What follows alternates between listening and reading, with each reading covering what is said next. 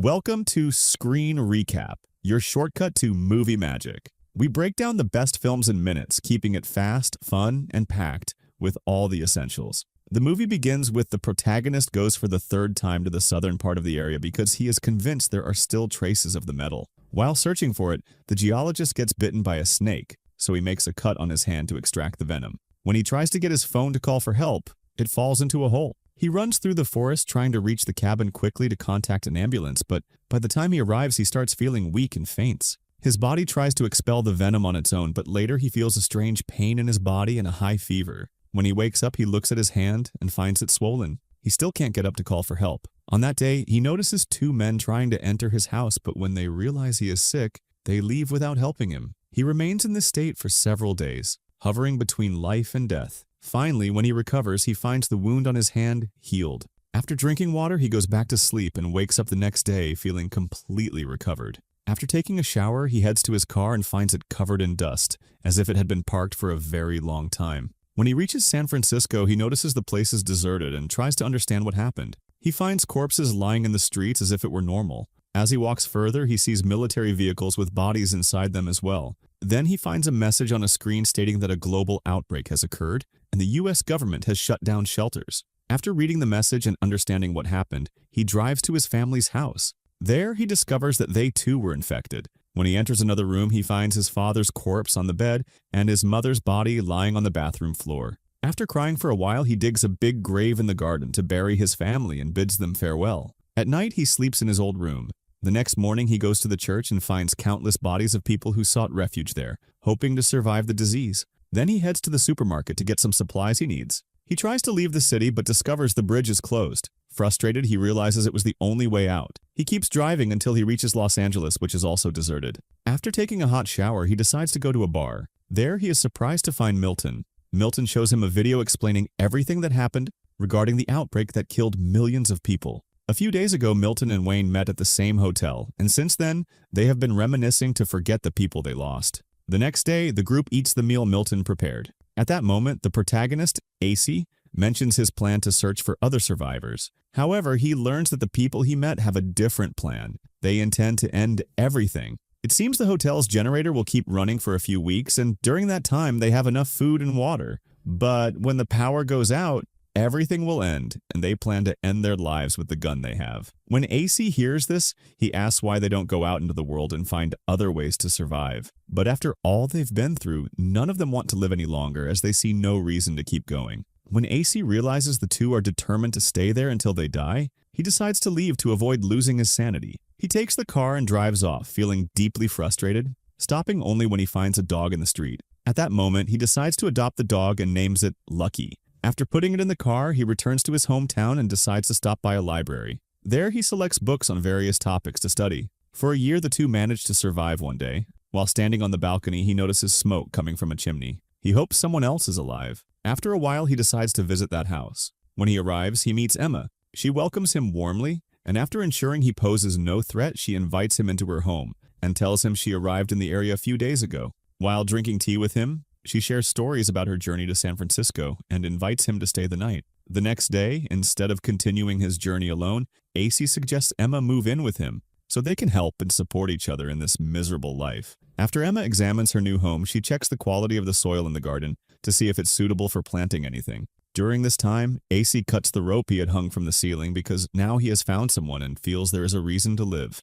When he looks in the storage room, Emma notices a mouse in the house. AC goes to the supermarket to buy rat poison. There they each take a cart to gather everything they need. Emma gets scared when she sees the corpses of a mother and daughter on the floor. Despite everything she has been through in the past few months, she still can't get used to the sight of corpses everywhere. But this gives her the motivation to keep trying to survive until the end. After a few days, Emma and AC become very close, as if they've known each other for years. Over time, they grow even closer and begin to trust each other more. When AC starts thinking about building a family with Emma, he goes to get solar panels to ensure they have electricity in the house. While installing the panels, he falls off the roof and breaks his leg. Emma treats his injury and tells him she misses the feeling of being around people. When AC recovers, Emma tells him she is pregnant.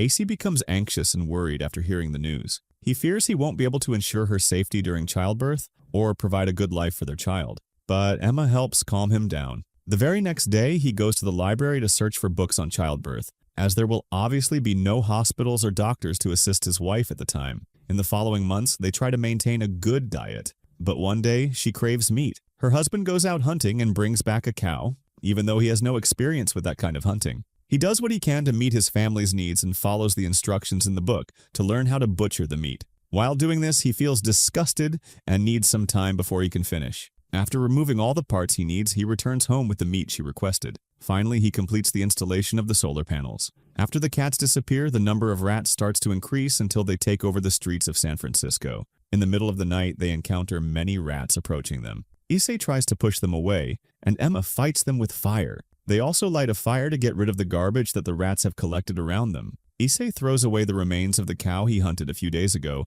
because its smell attracts more rats. Despite their efforts, the rats try to enter the house again. Issei and Emma rush inside, closing all the doors and windows to prevent any intruders. However, after securing the house, they realize that Lucky is locked outside. Issei quickly opens the door to rescue him. However, the rats seize the opportunity to enter the house. Issei spends the entire night trying to get rid of them, and after he finally gets some rest from them, he helps Emma treat her wounds. Indeed, days pass by. The number of cats increases again, solving the rats problem. When the time comes for Emma to give birth, her husband tries to help her in every possible way. He manages to deliver the baby without any medical assistance. A year after that crisis, he comes home after a very long day of hunting. By chance, he hits an animal on the road. When he gets out to check if the animal is okay, he finds his daughter and runs after her, trying to communicate with her. However, the girl is scared of him and tries to keep him away. Eventually, she realizes he doesn't intend to harm her. At that moment, he tells her he's married, has 2 children, and lives with other people.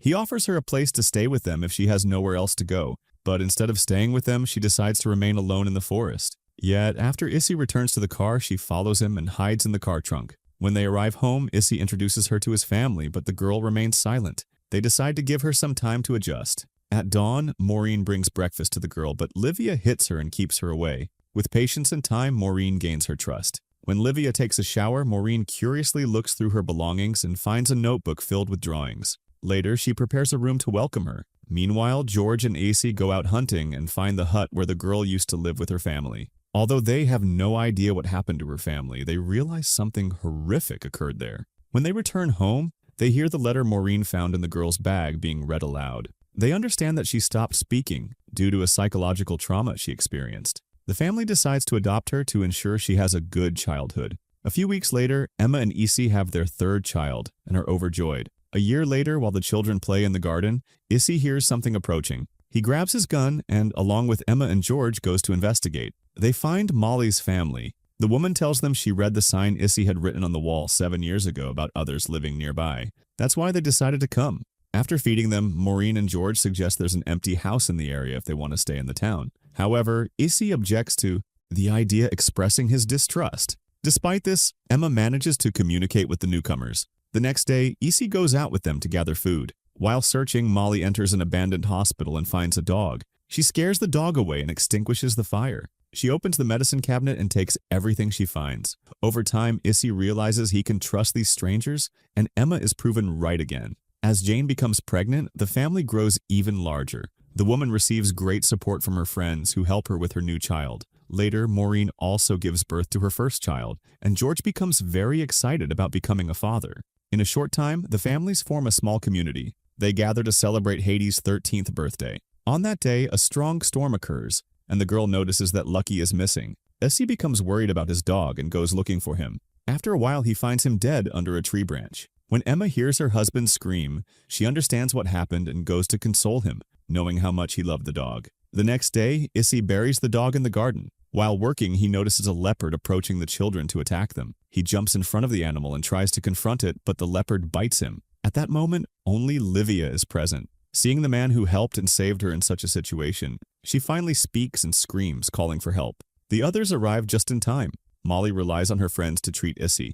After ensuring her husband is okay, Emma goes out and kills the leopard that attacked him with 3 bullets. A few weeks later, Issei starts walking again and gradually recovers. Years later, Hades and Hive, Jane's eldest son, decide to go on a journey around the country to explore the world outside San Francisco. After bidding farewell to their families, the young men begin their journey, promising to return before winter. Weeks later, the family is affected by drought and goes to water companies to investigate the issue. While traveling, they encounter cars with other survivors and quickly return home. Issy, always protective of his family and distrustful of strangers, is cautious. However, Charlie follows them and tries to introduce himself. After introducing himself, Charlie asks if he and his family can stay for at least one night. Emma invites them to dinner. During their conversation, Charlie mentions he has a drill and can help them dig a well. Over the next 3 days, the men work together to extract water. In return, Charlie asks Issy to accompany him to refuel, so his family can continue their journey after finishing. However, Issy becomes suspicious of their intentions,